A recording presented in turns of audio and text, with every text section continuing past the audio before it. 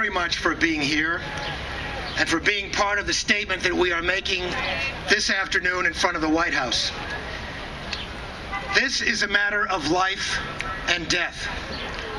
There are literally hundreds of thousands of people right now whose lives are on the line, who have been cut off from food and humanitarian aid by Omar al-Bashir, who are facing a rainy season in just a few weeks that will make food and humanitarian aid to them virtually impossible. Hundreds of thousands of people could die unless the United States and the world acts. It is desperately important that those who sit in Congress and in that House across the street do three things.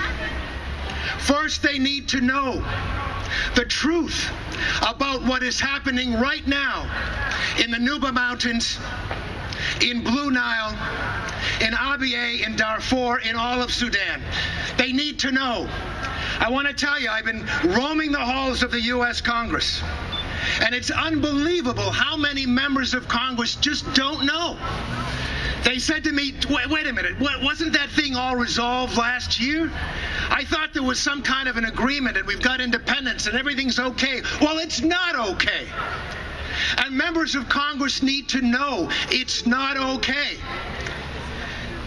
The interfaith community that is involved in today's action needs to be involved in making certain that their member of Congress knows what's going on in Sudan, that it's life and death. And if they haven't already, well, in fact, I want to ask you, how many people here today know whether or not their member of Congress is a co-sponsor of the Sudan Peace, Security, and Accountability Act, a bipartisan measure sponsored by Jim McGovern of Massachusetts and Frank Wolf of Virginia? This legislation calls for peace and security for the people of Sudan and South Sudan, and accountability for those responsible for using food as a weapon of war, for using starvation as a means of killing hundreds of thousands of innocent people. Ladies and gentlemen, 2 days ago, Charles Taylor was the first head of state convicted by the International Criminal Court for crimes against humanity. The first head of state. Ladies and gentlemen, Omar al-Bashir must be the second head of state convicted of genocide, crimes against humanity, and war crimes. But instead, he travels the world freely. He gets the red carpet treatment in China. He's allowed to go to Malawi. And just a few months ago, went to Libya and was embraced by the new leaders of Libya, who asked them to tell them about how they can learn from Omar al-Bashir of Sudan. This is an outrage. We need peace, we need security, and we need accountability. And we need every member of Congress, not just the 1/6 of the members of Congress who are currently a co-sponsor of this legislation. We need every member to co-sponsor this legislation. We need the Security Council of the United Nations to stand up for the people that are so beleaguered by Omar al-Bashir and stand for their peace, security, and full accountability. We have a major job in front of us, ladies and gentlemen. So few people know.